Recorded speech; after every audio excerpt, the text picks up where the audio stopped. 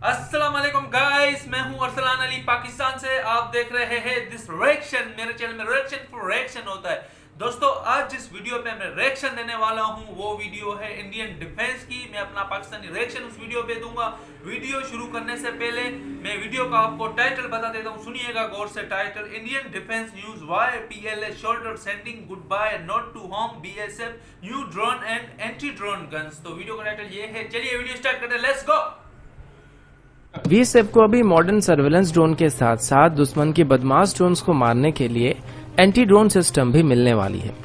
Indian army की तरफ से अभी आत्मनिर्भर भारत प्रोग्राम के अंदर 5 तरह के अम्युनिशन को खरीदने के लिए एक टेंडर को फ्लोट किया गया है।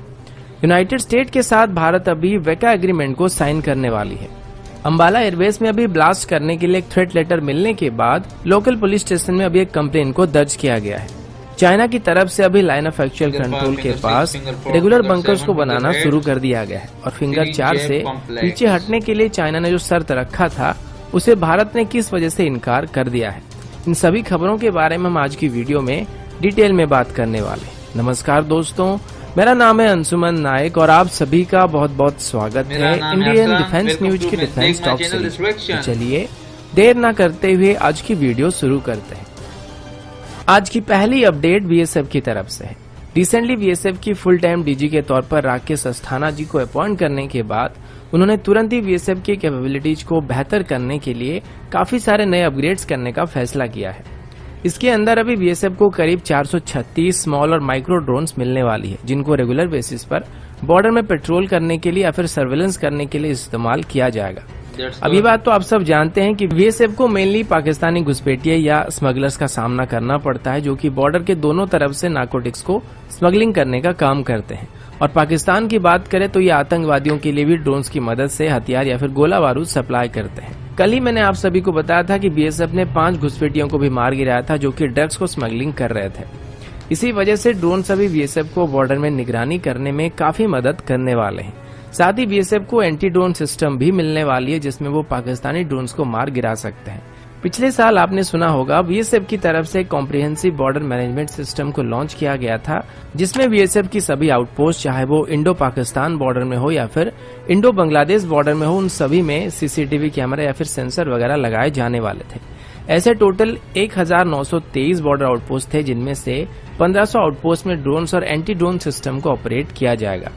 इसके लिए अभी मिनिस्ट्री ऑफ होम अफेयर्स की तरफ से भी एक स्टेटमेंट को इशू किया गया था कि इन सभी माइक्रो ड्रोन्स की कीमत लगभग 88 करोड़ के आसपास होने वाली है और BSF अभी हमारी कुछ होम ग्रोन ड्रोन्स को भी टेस्ट कर रही है और इनमें से सबसे बेहतर परफॉर्म करने वाली ड्रोन्स को शायद BSF सिलेक्ट करने वाली है। अब किस किस ड्रोन को यहाँ पर BSF की तरफ से टेस्ट किया जा रहा है या फिर BSF की नजर में अभी कौन कौन से ड्रोन है, इसके बारे में अभी तक कोई डाटा नहीं दिया गया, लेकिन फिर भी जब इसके लिए फॉर्मल टेंडर को फ्लोट किया जाएगा तब इसके बारे में और जानकारी पता लग सकती है। तो लगाओ भाई। अब आगे बढ़ने से पहले वीडियो को लाइक कर दीजिएगा। साथ ही जो लोग पहली बार हमारे चैनल को देख रहे हैं या फिर अभी तक हमारे चैनल को सब्सक्राइब नहीं किए हैं, चैनल को सब्सक्राइब करना मत भूलिएगा। 8 तो लाजमी आनी आ गई, इसके बगैर ना वीडियो मजा नहीं करती। इसको कर लेते हैं स्किप। अगला अपडेट चाइना की तरफ से है। टाइम्स नाउ की रिपोर्ट के मुताबिक चाइना की तरफ से अभी भारत और चाइना की बॉर्डर डिस्प्यूट को सुलझाने के लिए एक ऑफर दिया गया है और इस ऑफर को सुनने के बाद इंडियन आर्मी ने चाइना को कुछ इस तरीके से जवाब दिया है। दरअसल चाइना का ये कहना है कि पांगोंग इलाके के पास जो फेसअप चल रहा है, इसे कम करने के लिए चाइना फिंगर 4 से थोड़ा पीछे जाएगा और बदले में भारत को भी उतना ही पीछे जाना पड़ेगा। और यकीन मानिए इस स्टेटमेंट के ऊपर मैं कोई भी मी मेटल का इस्तेमाल कर सकता हूं और आप चाहे तो आप खुद भी ट्राई करके देख सकते हैं। लेकिन अब आगे बढ़ते हैं। अब फिंगर 4 की बात करें तो यहाँ पर चाइनीज ट्रूप्स की तादाद थोड़ी कम है, लेकिन फिंगर 5 से फिंगर 8 के बीच जो 5 किलोमीटर का दायरा है उसमें चाइना की तरफ से काफी बड़ी मात्रा में ट्रूप्स को डिप्लॉय करके रखा गया है। अब इसके अलावा चाइना अभी लाइन ऑफ एक्चुअल कंट्रोल के उनके साइड में, वैसे वो इलाका भी हमारा था लेकिन चाइना ने उस पर 1962 के बाद कब्जा कर लिया था, तो उन इलाकों में अभी चाइना हैवी कंस्ट्रक्शन एक्टिविटी कर रहा है और साथ ही वहां पर नए रोड्स और ब्रिजेस वगैरह बनाए जा रहे हैं ताकि जरूरत के वक्त वो ज्यादा से ज्यादा ट्रूप्स को यहाँ पर ला सके और डिप्लॉय कर सके। सिर्फ इतना ही नहीं बल्कि चाइना अभी विंटर में भी अपने ट्रूप्स को यहाँ पर डिप्लॉय करने वाला है। वो लोग अभी विंटर में यहाँ पर रहने के लिए प्रिपरेशन कर रहे हैं।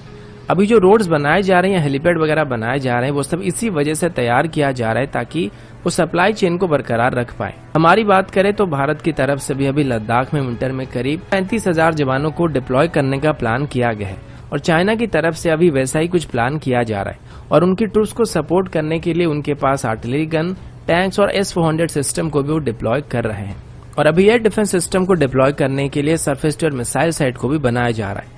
अब ये सब बातों से पता लग जाता है कि चाइना सिर्फ भारत के साथ बात करके वक्त लेना चाहता था ताकि वो जंग के लिए तैयारी कर सके। अभी तो ये भी सुनने को मिल रहा है कि चाइना की फिजियान प्रोविंस में पीपल लिबरेशन आर्मी के जवानों को अपने घर वालों को गुड बाय नोट को लिखने के लिए कहा गया था, जिस वजह से ये बात साफ हो चुकी है कि वो अभी किसी के साथ जंग करने की तैयारी कर रहे हैं। यहाँ पर ये भारत हो सकता है, यूनाइटेड स्टेट हो सकता है, ताइवान हो सकता है या फिर जापान भी हो सकता है या फिर इन सभी के साथ चाइना एक ही बार में जंग करने की तैयारी कर रहा है। अगला अपडेट इंडियन आर्मी की तरफ से है। पिछले हफ्ते जब डिफेंस मिनिस्ट्री की तरफ से 101 नेगेटिव इंपोर्ट लिस्ट को पेश किया गया था, इसमें सबसे पहले स्मॉल आर्म का नाम लिया गया था क्योंकि ये किसी भी आर्मी के लिए सबसे प्राइमरी वेपन होता है और सबसे ज्यादा जरूरी भी होता है और रेगुलर बेसिस पर सबसे ज्यादा स्मॉल आर्म्स का इस्तेमाल किया जाता है। डिफेंस मिनिस्ट्री की तरफ से पेश किए गए लिस्ट में ये बताया गया था कि आने वाले 10 सालों तक इंडियन आर्मी की तरफ से सभी 7.62 mm के राउंड्स को इंडियन कंपनी से ही खरीदा जाएगा। इसके लिए अभी आर्मी की मास्टर जनरल ऑफ ऑर्डिनेंस की तरफ से एक RFI को इशू किया गया है जिसमें 7.62 mm की लगभग 5 तरह के एमुनेशन खरीदे जाएंगे। अब ये जो एमुनेशन खरीदने के लिए RFI इशू किया गया, ये आमतौर पर स्नाइपर राउंड्स होने वाले हैं, यानी कि ये 7.62 into 51 mm के राउंड होने वाले हैं जिनको हमारे डगनॉव या फिर गलील जैसे स्नाइपर में इस्तेमाल किया जाएगा। अभी इसी कैलिबर के 5 तरह के राउंड को खरीदा जाएगा। अब यहाँ पर यह मेंशन नहीं किया गया कि किस किस टाइप के एमुनेशन खरीदे जाएंगे। स्नाइपर्स के एमुनेशन की बात करें तो इनको normally full metal jacket, armour piercing treasure round ऐसे करके और भी कई तरह के वैरायटी इनमें मौजूद होता है। तो इन्हीं में से कुछ सिलेक्टेड 5 तरह के एमुनेशन अभी इंडियन आर्मी खरीदने वाली है और हर टाइप के करीब 1 से 2 मिलियन राउंड को यहाँ पर खरीदा जाएगा। अब तक इन राउंड्स को ऑर्डिनेंस फैक्ट्री बोर्ड की तरफ से सप्लाई किया जाता था और कुछ हद तक इनको बाहर से भी इंपोर्ट किया जाता था, लेकिन अभी इनको हमारे प्राइवेट सेक्टर कंपनियों की तरफ से खरीदा जाएगा। अब प्राइवेट सेक्टर कंपनी अपने खुद की टेक्नोलॉजी डेवलप कर सकते हैं या फिर किसी ग्लोबल फार्म के साथ यहाँ पर टाई अप करके इन राउंड्स को मैन्युफैक्चर कर सकते हैं, लेकिन यहाँ पर काफी सारे कंडीशन ऐड किए गए हैं, जैसे कि अगर कोई प्राइवेट सेक्टर कंपनी किसी ग्लोबल वेंडर के साथ टाई अप करता है तो उसको टेक्नोलॉजी ट्रांसफर करना पड़ेगा और डील साइन होने के बाद 6 महीने के अंदर इंडियन आर्मी को एमुनेशन सप्लाई करने पड़ेंगे। लेकिन पहले 6 महीने के अंदर जो एमुनेशन इंडियन आर्मी को डिलीवर किया जाएगा, इनको चाहे तो वो प्राइवेट सेक्टर कंपनी खुद बना सकता है या फिर सेमी नॉकडाउन कंडीशन में अपने ग्लोबल पार्टनर से इंपोर्ट कर सकता है, जिसको असेंबल करके वो इंडियन आर्मी को डिलीवर कर सकते हैं। इसके बाद बाकी के 6 महीने वो कम्प्लीटली नॉकडाउन कंडीशन में मटेरियल्स को इंपोर्ट कर सकते हैं, लेकिन इसके बाद उनको कम्प्लीटली TOT के साथ अपनी खुद की मैन्युफैक्चरिंग यूनिट को भारत में सेटअप करना पड़ेगा और सप्लाई चेन को बनाना पड़ेगा और इसके लिए उनको 2 साल का वक्त दिया जाएगा और 2 साल के अंदर उन प्राइवेट सेक्टर कंपनियों को कम्प्लीटली इंडिजिनस तरीके से इन राउंड को बनाना पड़ेगा और उसके बाद तीसरे साल से उस कंपनी को आर्मी के लिए रिजर्व में 2 साल के लिए एमुनेशन हमेशा स्टॉक में रखने पड़ेंगे, यानी कि जब भी इंडियन आर्मी की तरफ से इमरजेंसी में ऑर्डर प्लेस किया जाएगा तो तुरंत इनको डिलीवर किया जा सकेगा। अगला अपडेट राफेल को लेके है। आप सब ये बात जानते हैं कि भारत की पहली 5 राफेल को अभी अंबाला एयरवेस में रखा गया है, या फिर यूं कहें कि अंबाला एयरवेस इसका होम बेस है और इसको लेके अभी काफी सारा हाइप भी क्रिएट किया गया था क्योंकि ये इंडियन एयरफोर्स का अब तक का सबसे बेहतरीन एयरक्राफ्ट है या यूं कहें कि टेक्निकली एडवांस फाइटर है। इसी वजह से इंडियन एयरफोर्स की तरफ से इसको गेम चेंजिंग फाइटर कहा जा रहा है और इंडियन एयरफोर्स के मुताबिक इसका मुकाबला अभी चाइना और पाकिस्तान दोनों के पास मौजूद नहीं है। लेकिन अभी अंबाला एयरवेस में एक लेटर भेजा गया था जिसमें अंबाला एयरवेस को बम से उड़ाने की धमकी दी गई थी और स्पेशली राफेल को उड़ाने की धमकी दी गई थी। अब ये खबर मिलने के बाद तुरंत ही पुलिस को इन्फॉर्म कर दिया गया था और अंबाला के लोकल पुलिस का कहना है एयरवेस की सेफ्टी और सिक्योरिटी का कड़ा इंतजाम करने वाले हैं, लेकिन देखा जाए तो ये कोई आसान काम नहीं है और इंडियन एयरफोर्स के एयरवेसेस पहले ही काफी सिक्योर होते हैं। पुलिस का कहना है कि अब ये जो लेटर भेजा गया था ये कोई मजाक कर रहा था या फिर ये कोई अफवाह जिसको किसी मेंटली बीमार आदमी कर रहा है। मेरे हिसाब से ये कोई सुअर प्रेमी है जो इधर चुपके से बैठा हुआ है और राफेल को देखने के बाद इनके हर एक छेद से आग निकल रही है, यानी कि जलन हो रही है। फिलहाल पुलिस अपना काम कर रही है और इस लेटर को किसने भेजा था इसके बारे में छानबीन किया जा रहा है। लेकिन अगर इस वीडियो को वो सुअर प्रेमी देख रहे हैं तो अंबाला एयरवेस में बम गिराना तुम्हारी बस की बात नहीं है, लेकिन फिर भी अपनी जली हुई आत्मा की शांति के लिए, क्योंकि थोड़ा पीछे की तरफ है, तुम चाहो तो इस वीडियो को डिसलाइक कर सकते हो और जिस किसी ने भी राफेल को अंबाला एयरवेज में बम से उड़ाने की धमकी दी है, बताए तुम क्या हो, मैं यहाँ पर बता नहीं सकता, लेकिन जिनको समझना था वो समझ गए। अगला अपडेट भारत और यूनाइटेड स्टेट को लेके है। आप सबको पता होगा कि भारत और यूनाइटेड स्टेट के बीच डिफेंस रिलेशन अभी काफी बेहतर बन चुके हैं और पिछले कुछ सालों में भारत और यूएस के बीच 2 मेजर एग्रीमेंट को साइन किए गए हैं, जिनमें से एक लेमोआ एग्रीमेंट था, जिसमें भारत और यूनाइटेड स्टेट एक दूसरे के मिलिट्री बेसिस या यूं कहे कि नेवल बेसिस को एक्सेस कर पाएंगे और ये लॉन्ग टर्म की डिप्लॉयमेंट में हमको काफी मदद करने वाली है। साथ ही भारत और यूनाइटेड स्टेट के बीच और एक एग्रीमेंट को भी साइन किया गया था, जिसका नाम कॉमकास एग्रीमेंट था, जिसके अंदर भारत को यूनाइटेड स्टेट की high tech communication system, real time data transfer और सिक्योर डाटा ट्रांसफर जैसे फैसिलिटी मिलने वाली है। लेकिन इसी बीच भारत और यूनाइटेड स्टेट के बीच एक और एग्रीमेंट को भी साइन करने का फैसला किया गया है।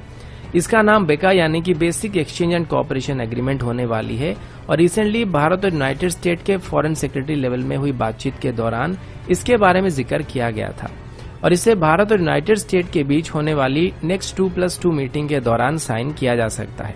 अब सभी को याद होगा जब डोनाल्ड ट्रंप रिसेंटली भारत के गश्त पर आए थे और जब वो वापस गए थे तो उसी वक्त व्हाइट हाउस में भारत के साथ बेका एग्रीमेंट को साइन करने के लिए प्रपोजल तैयार किया गया था, लेकिन चाइनीज रायते की फैलने की वजह से इस पर इतना जोर नहीं दिया जा रहा था और ये डिले हो रहा था। पर अभी उम्मीद किया जा रहा है कि 2022 के अंत तक यूनाइटेड स्टेट और भारत के बीच होने वाली 2+2 मीटिंग के दौरान इसको साइन किया जाएगा। तो दोस्तों अभी के लिए इतना ही, मिलता हूँ आपसे अगले। ये वीडियो थी इंडियन डिफेंस न्यूज की, जो एडमिन साहब ने वीडियो बनाए। इस वीडियो के कुछ फैक्ट पता चले इस वीडियो देखने के बाद। तो यानी इंडियन प्रोग्राम के तहत बीएसएफ को यानी कि एंटी ड्रोन दिए जा रहे हैं 436, यानी कि इंडियन बीएसएफ को कहते हैं इंडियन बॉर्डर सिक्योरिटी फोर्स। तो यानी कि ड्रोन दिए जा रहे हैं सर्विंग के लिए, गश्त के लिए।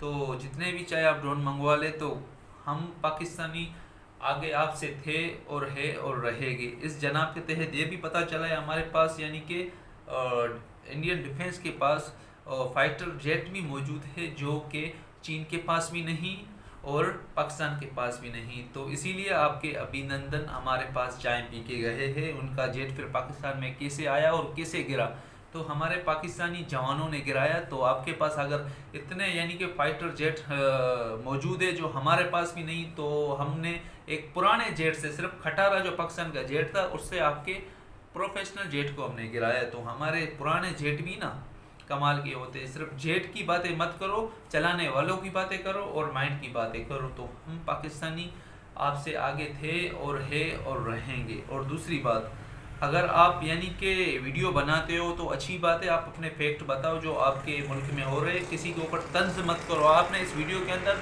ज़रा सा तंज किया है हमारे ऊपर, तो हमें कोई फ़र्क पड़ने वाला नहीं। जितने चाहे आप तंज करो, तंज वही करता है जो कमज़ोर होता है। आप कमज़ोर हो, थे और रहोगे। तो हम हर बात से आगे हैं। यही मेरा रिएक्शन था। यकीन मेरी वीडियो आपको पसंद आई होगी, तो प्लीज़ मेरे चैनल को लाइक, सब्सक्राइब एंड शेयर लाजमी कीजिएगा। मिलते हैं दूसरी वीडियो में, इंटरेस्टेड वीडियो में। Good bye.